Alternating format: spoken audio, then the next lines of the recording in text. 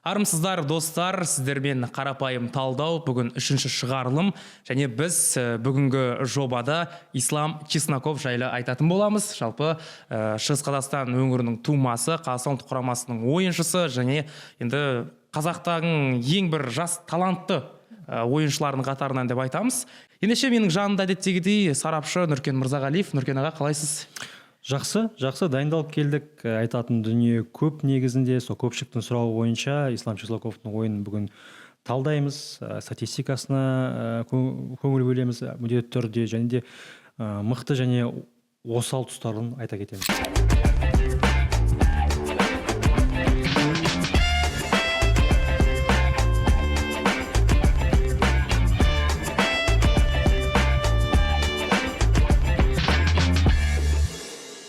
Ендесе өздеріңіз білесіздер, жалпы Ислам Чесноков бұл Өскеменде дүниеге келген футболшы. Жалпы өзінің футболға қадамын сол Шығыс Қазақстан өңірінде бастаған, сол Алтай академиясында бастаған.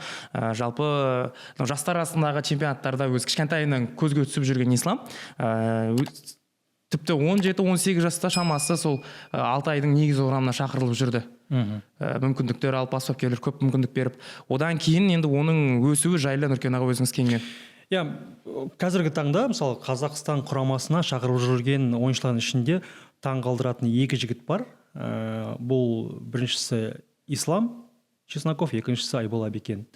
Неге деп сұрайтын болсам, мысалы енді бір қызығы, көбінесе ұлттық құрамаға жеткен жігіттердің басым бөлігі олар жаңағы ұлттық құрама институтынан өтіп шыққан. Яғни Е17, Е18, Е19, 21, содан бар ұлттық құрама бүкіл баспалдақ бойынша өтіп шыққан. Бірақ Ислам бірде-бір ондай құрамада ойнаған. Ойнамаған. Айбол Абекен де сондай. Сол таң қалдыратын бір дүние, неге Исламды мысалғы соншалықты ол мықты болса, неге Исламды кезінде сол Е18, Е17 жаттықтыратын бапкерлер неге байқап құрамаға шақырмады деген сұрақ туындайды. Бұл үлкен сұрақтардың бірі, неге ондай болып қалды? Мүмкін ол сондай жас кезінде мықты болмаған шығар. Мысалы, Алтайдағы ойындарын қазір кім еске түсіре алады, ешкім еске түсіре алмайды, тек қана сол Өскемендегі жанкүйерлерден басқа. Бірақ бұл жерде Исламның бағы жанып тұр, ол Беларусь чемпионатына кетіп, бірінші лигасына, яғни жоғарғы лигасы бар, содан кейін бірінші лигасына бар, бірінші лигасынан жоғарғы лигасына шығып, өз-өзіне мансап жасап алды, яғни карьерасын өзі жасап тұрған жігіттердің бірі. Ислам туралы айтатын болсақ, ең басты қасиеті оның тапқырлығы және упорство дейді ғой орыстарда.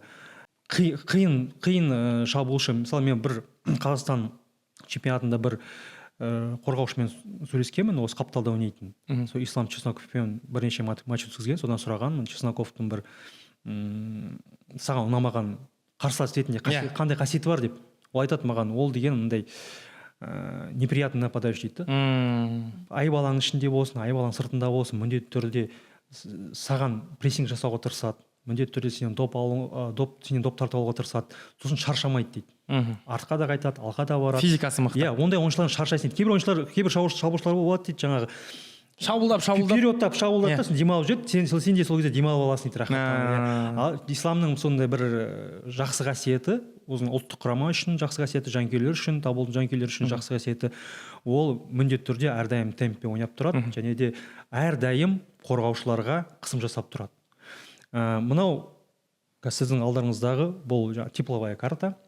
Исламның негізгі өнер көрсететін аймақтары, ол енді бірінші кезекте Ислам солақай болғандықтан ол оң жақта инвертированный венгер ретінде өнер көрсетеді, және де кей кездері әсіресе тоболға ең бірінші көшкен кезде тоболдан Иванович деген шабуылшы ойнап жүрген, ол көбінесе сол қаптарда ойнап жүрді. Бірақ қазіргі таңда Нұрбол Жұмасқалиев тоболдың ойынын сәл өзгертті. Қазір тобол 4 қорғаушымен емес, 3 қорғаушымен ойнайтын болды да, жанында 2 латераль бар. Демек, қазір Чесноков ол Қапталдан шамалған ортаға ойысты, таза шабуылшы ретінде ойнайды. Қазіргі сондай схемасы өзгерісі бар. Сол себепті соңғы енді бір 5-6 ойында ма тоболдың ойыны солай өзгергелі, Чесноковтың да позициясы өзгерді. Қазір ол көбінесе ортаға қарай ығысып, ортада полуфлангта доп қабылдайды, фланг енді өзінің қапталына да барады, кей кездері, бірақ көбінесе енді полуфлангта шабуыл шебінде доп қабылдайды. Келесі ұсынатын статистика ол енді Сұрмергендер тізімінде. Оны бәрі білет. 7 гол соқты, Сәтбаев пен Гребшидан қазір бір топ қалып келе жатыр. Чемпионаты әлі алда. Соңғы ақпараттар бойынша Чесноков әзірше ешқайда кетпейді деген ақпарат. Бірақ Хартс клубы деп барлығы жазып жатыр. Негізі Хартс емес секілді, басқа жақтан да көп ұсыныстар бар секілді. Бұл жерде енді командаларға, оған қызығып жатқан командаларға байланысты емес, бұл жерде Тобылдың позициясына байланысты. Тобыл жібергісі келмей тұрған сияқты көрінеді. Себебі ол Тобыл үшін өте маңызды ойыншы. Қазір таңда Чесноков кетсе, оның орнын басатын басқа қазақстандық ойыншы таба алмайды. Легионер таба алмаса, қазақстандық ойыншы таба алмайды. Міндет. Бұл 100%. Сол себепті мен ойымша бұл жерде Тобыл жібергісі келмей тұрған сияқты. Мүмкін Қарыстан басқа да ұсыныстар бар шығар. Мүмкін Ресей чемпионатынан ұсыныстар бар шығар. Біздер барлық мән-жайды біле бермейміз енді, қандай оның агенті қандай клубтармен келіссөздер жүргізіп жатқанын. Бірақ қазіргі таңда ол Тобылға керек, ол Сұрмергендер тізімінде. Және айта кетейікші, Сұрмерген болып қана қоймай, өткенде Тобыл мен Елімай матчында көрдіңіз, сырт алаңда Эльмесуэдиға тривеламен пас беру деген қандай енді айтшы. Талдаймыз Гассоны. Сөзбен айтып жеткізу мүмкін емес қана. Испанияда Ямалдың жасап жүрген тірліктерін біздің қазақстанда да көруге болады мысалға. Чесноков өзі күшті пас берді сол кезде. Қазір көрген соны. Келесі статистикасына тоқталып өтіп кетейік. Соққылар, енді шабуылшыға не маңызды, соққы маңызды. Қазіргі таңда бізде Хадл компаниясы ұсынып отқан статистика, бұл Хадл компаниясы Қазақстан чемпионатының ресми серіктесі. Сол себепті бұл ақпаратқа сенуге болады. Соққылар саны бойынша Чесноков қазіргі таңда 4-ші орында. Бірінші орында Жоржиньо, екінші орында Заря, Тамасов, Чесноков 40 соққы жасады. Сәтбаевпен теңесіп тұр, өзіңіз көріп отқандарыңыздай. Орташа есеппен 90 минутта ол 3 соққы жасайды. Айналдырып айтқанда, Бірақ XG-ні қарасаңыздар, XG екінші орында тұр. Яғни 0.15 Заря мен Тамасовта, 0.14 Чесноковта. Яғни гол соғу ықтималдылығы жоғары. Келесі көрсеткіш ол шабуылдағы жекпе-жектер. Жаңа айтып өттік қой, қорғаушыларға күн бермейді ол деген. Осы көрсеткіш бойынша Чесноков 5-ші орында, Эльми Сауди оның командаласы 1-ші орында, Гмбамбле деген Қызылжардағы ойыншы 2-ші орында, Йованович Оқжетпестен 3-ші орында, Рамазан Бағдат аз ойнаса да, бірақ статистикасы бойынша ол жақсы. Сосын бар Чесноков тұр, ол орташа есеппен 90 минуттың ішінде 15 жекпе-жекке барады. 15 жекпе-жекке барып, оның 39-да 13, яғни 40%-қа жетпес. 40%-ын жеңеді деген сөз. Және пайыз көрсеткіші бойынша көрсеңіздер, міне ол 2-ші орында. 1-ші орында 40% жекпе-жектер әріптесі Эльми Сауди, бірақ Эльми Сауди легионер екенін ұмытпаймыз, оның деңгейі бар өзгеше. Ол Бельгия чемпионатының түлегі, сол себепті ол мықты футболшы. Сол легионермен 2-ші орынды бөлісіп тұрған, 2-ші орынға тіреліп тұрған осы біздің Чесноков. Бұл да керемет көрсеткіш деп ойлаймын. Ал енді жаңа айттым ғой мен, оның жаңа позициясы шамалы өзгерді алаңдағы, және демек доп қабылдайтын жерлерде өзгерді. Мысалға мына видеода Қайсарға қарсы ойында ол қайталап айта өткендей, мына шабуылшы шебінен ортаға ығысып, мына полуфланг дейді, жартылай флангтен доп қабылдайды міне. Бұл қазіргі Чесноковтың жиі доп қабылдайтын аймақтары. Бұрын қапталда қабылдайтын болса, қазір полуфлангта қабылдайтын. Тағы да бір мәрте. Қорғаныс сызығы мен жартылай қорғаныс сызығының арасында бос кеңістік тауып, Асқат Тағибергеннен пас алып тұр. Бұл қазіргі исламның ойын стилі, қазіргі кездегі допты көп қабылдайтын аймақтары. Тамаша, Асқаттың пасынан кейін күшті өтер. Жақсы соқ. Келесі кезекте бізде Ислам Чесноковтың дриблингіне көңіл бөлейік. Бұл видеоны арғадай қарамас бұрын тағы да айтып өтейік. Ода бір негізде қазір ондай ойыншылар азайып келе тұрған, күйдіргі әрекет жасайды. Бұрында жаңағы Роналдиньо сияқты, Неймар сияқты допты лақтырып, бір неше түрлі финттер ойлап тауып деген сияқты. Қазіргі шабуылшылар, қазіргі заманның шабуылшылар бұл заттан арылып келе жатыр. Олардың көбінесе дриблингі ол ойыншыны шайқау, допты лақтып жүгіру. Чесноковкада осыны айтуға болады, ода да ондай құйтырқы әрекеттер көрмейсің, бірақ оның дриблингісі өте пайдалы, пайдасы жоғары. Және де бір Чесноковтың бір керемет қасиеті бар да, ол алдаған кезде, мысалға қорғаушымен кездеседі бірге бір, қорғаушымен бірге кездескен кезде ол міндетті түрде шайқауға тырысады, оңға солға жылдамдықпен келе жатып, оңға солға шайқайды. Және де мысалға қорғаушы сәл оңға кетіп қалса, жаңа опорный ногасы оңға кетіп қалса, ол солға кетіп қалады, қорғаушы солға кетіп қалса, оңға кетіп қалады. Бірақ сол жерде бір керемет дүниесі, керемет әрекеті, ол қорғаушыдан қашып жатқан кезде корпусын сәл алға береді. Бұл не үшін істеледі? Менің ойымша, ол бірінші кезекте корпусын сәл алға қарай берген кезде, егер де қорғаушы қолын қойса, қақпа мүмкін пенальти болады. Және де корпусын алға берген кезде, уже жаңа центр тяжести алға қарай кетеді ғой. Сен сәл ғана аяғына тиіп кетсең, тағы да құлауы мүмкін. Қорғаушы үшін өте тиімсіз жағдай. Не істерін білмейді қорғаушы. Яғни денесін тік ұстамайды, алға қарай доп жібереді да, денесі алға қарай береді. Я өз-өзіне жаңағы сондай мүмкіндік жасап алады керемет қорғаушыдан қашып кетуге. Сол мен байқағаным, көп қорғаушылар әсіресе айып алаңның ішінде сол Чесноковқа сондай әрекетінен қорқады. Пенальти алып келмей деп пенальти алып кетеді деп қорқады.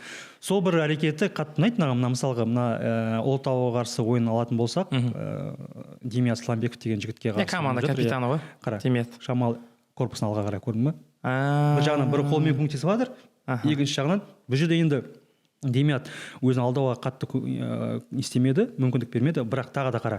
Бағдат Қайыровқа қарсы. Корпусын алға қарай бер жерде өтіп кетті. Кірді. Қайыров тағы да қара өтеміз. Қайыров ештеңе істей алмайды ана жерде. Не істейді? Себебі бұл жерде сәл ғана тиіп кетсең құлайды. Айып добы болады. Мүмкіндік добы ғой. Мысалға Бағдатта осал қорғаушы емес қой. Ол деген тәжірибелі қорғаушы. Тағы да бір мысал көріп өтейік. Мен әдейі слоумо режиміне қойып қойдық. Көрдің бе? Бір жағынан қолмен көмектесіп жатыр, бір жағынан корпусын алға беріп, бұл жерде Тұранға қарсы Юденков сынды тәжірибелі беларусь қорғаушыға қарсы ойнап, ақыр соңында Юденков оған қарсы ереже бұзып отыр. Тағы да бір эпизод Атырауға қарсы қара корпусын қалай қояды. Және шеберлік қонау енді. Енді білмеймін, еуропалық ойыншылармен салыстыратын болса, кімге ұқсайтынын білмеймін, бірақ Еуропада да мен сондай құйтырқы әрекеттерді көрген сияқты болдым. Қазір есіме түспей тұр, мүмкін көрермендер дәл осындай дриблингке келетін ойыншыларды естеріне түсіп жатса, аста комментария жазып кетіңіздер, бірақ мен біреуге ұқсатып тұрмын, дәл қазір айта алмай тұрмын.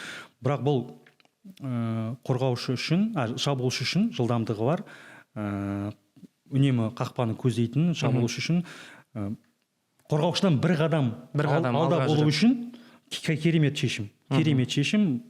Қазақстан ойнайтын басқа да өзге де жас ойыншыларға бұл элементті өзінің арсеналына қосуға болады. Ислам Чесноков жалпы енді биылғы маусымда Ислам 7 гол соқты деп айттық, бірақ 3 нәтижелі пас бергенді ұмытпайық. 10 ұпай жасады. 10 ұпай жасады қазір. Керемет. 14 ойында. Премьер-лигада маусымның ортасы ғана. Маусымның ортасы енді ғана ол. Қазір кетпесе, мен ойымша жоқ дегенде бір 15 Дастандар мен Тамастармен жарысады ғой енді. Жарысып, бір 15 гол соқып қалуы мүмкін, неге соқпасқа. Соғады, сенем Исламға. Чесноковтың басқа бір шабуылда ойнайтын ойыншылардың тағы да бір басты ерекшелігі, ол үнемі артқа қайтып, арттағы жігіттерге көмектеседі, қорғанысты көмектеседі. Бұны Чесноковпен бірге ойнаған ойыншыларды дәлелдеген, айтқан, бұл туралы пікір білдірген, Чесноковқа қарсы ойнайтын ойыншыларды пікір білдірген. Бұл қазіргі таңда футболда бұл өте керек қасиет. Себебі сен мейлі вингер бол, мейлі шабуылшы бол, егер сен артқа қайтып қорғанысты көмектеспесең, онда бұл үлкен минус. Мысалға ПСЖ-ны мысал ретінде болсақ, айттық қой, біз Дембеленің трансформациясы. Дембеле бұрынғы Дембеле емес, қазір артқа қарай қайтып ойнайды, қорғанысты көмектеседі, прессингке барады.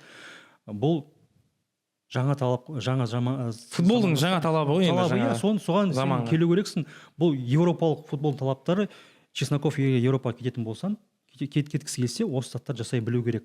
Және де осыған дайындаған менде мысалым бар. Мысалға Қайратпен ойнаған ойынды қарақандай отборға барады, Мартиновичқа қарсы. Бірден қарымта шабуыл бастап береді.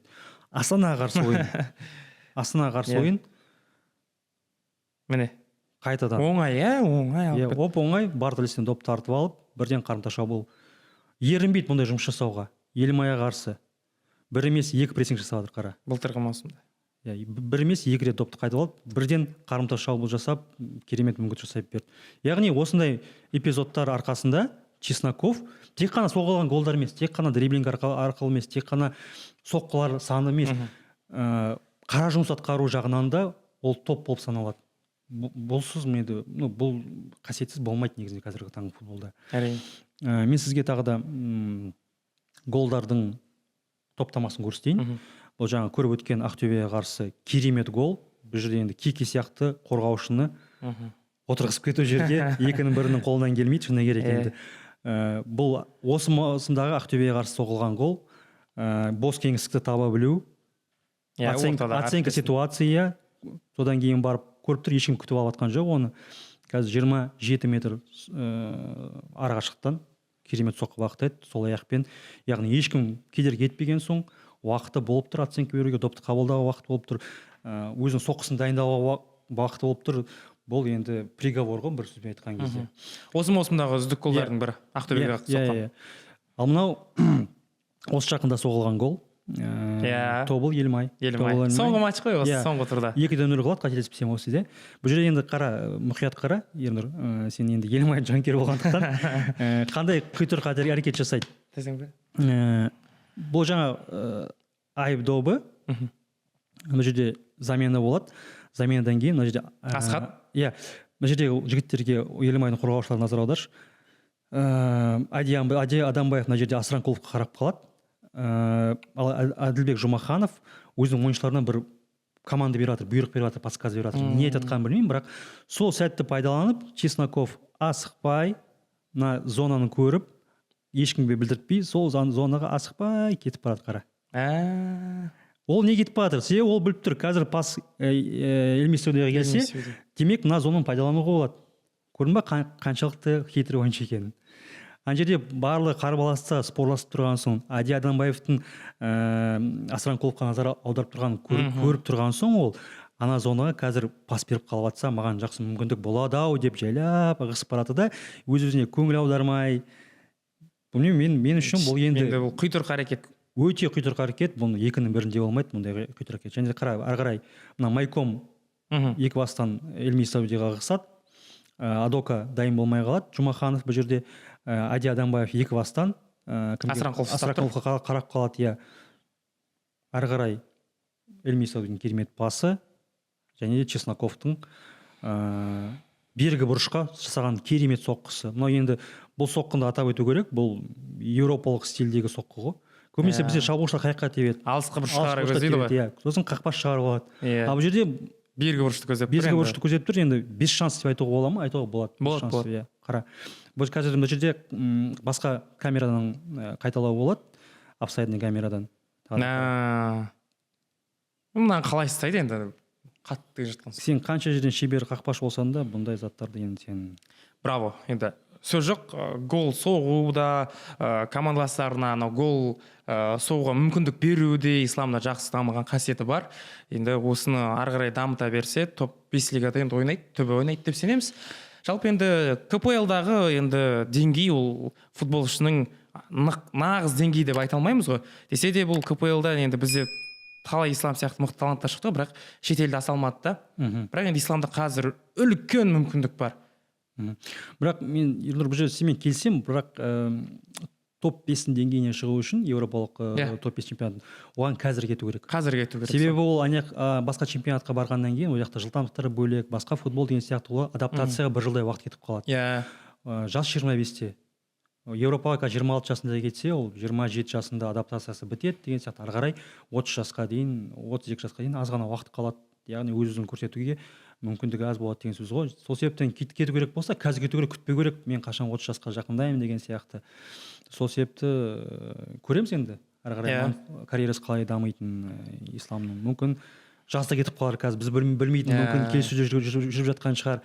Қарсы деп негізінде басқа клубқа кетіп қалуы мүмкін. РПЛ-ден бір шығуы мүмкін деген сияқты. Тағы да бонус ретінде бір голды айттап кетейін. Бұл голды да енді сенің қазір жүрегіңе тиюі мүмкін. Бірақ әдейі киіп келдім деген. бірақ бұл гол Ойбай жүрегім. енді былтырғы маусымның ең керемет голдарының бірі. Бұл голда Ислам Чесноков тек қана жақсы дриблер емес, жақсы соққы жасайтын шабуылшы емес, IQ жоғары ойыншы ретінде көрсетті. Елімай Тобыл соңғы минуттар Елімай жеңіп жатыр. Берілген диагоналдан кейін Ойбай, пасты қалай тосып алды. ары қарай не істейді? Бір қорғаушыдан өтеді, екінші қорғаушыдан өтеді.